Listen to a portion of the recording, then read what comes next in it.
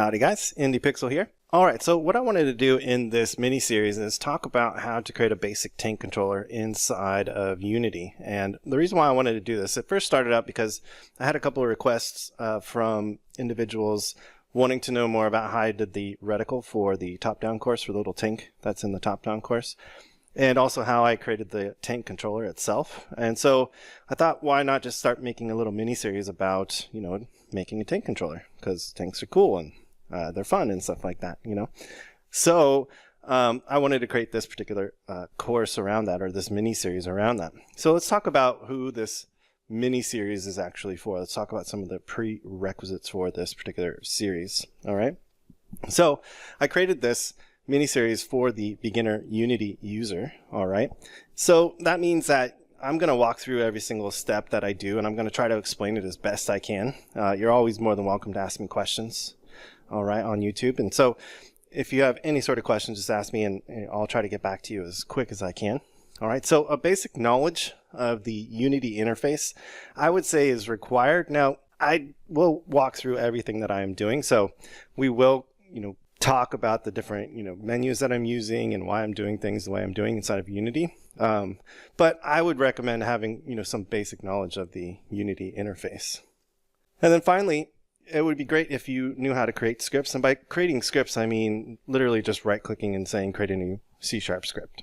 All right, that'll just help, move things along. Okay, so again, I'm going to show how to do that.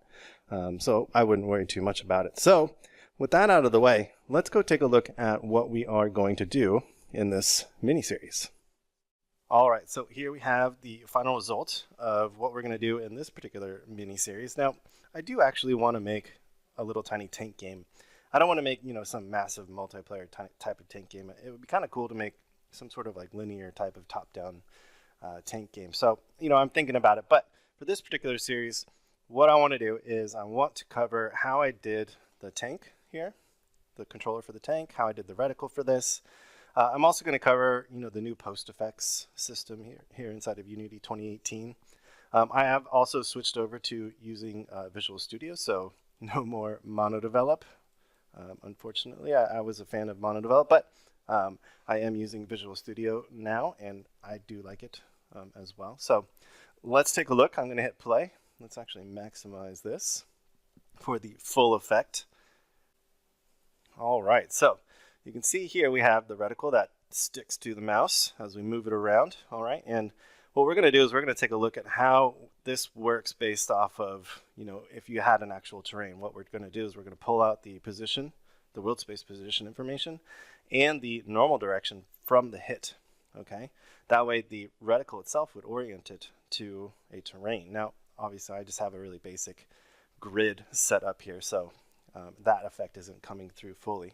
But you also notice that the turret is following the reticle, and it's got a little bit of a lag to it, just to make it feel a little more fun and cartoony.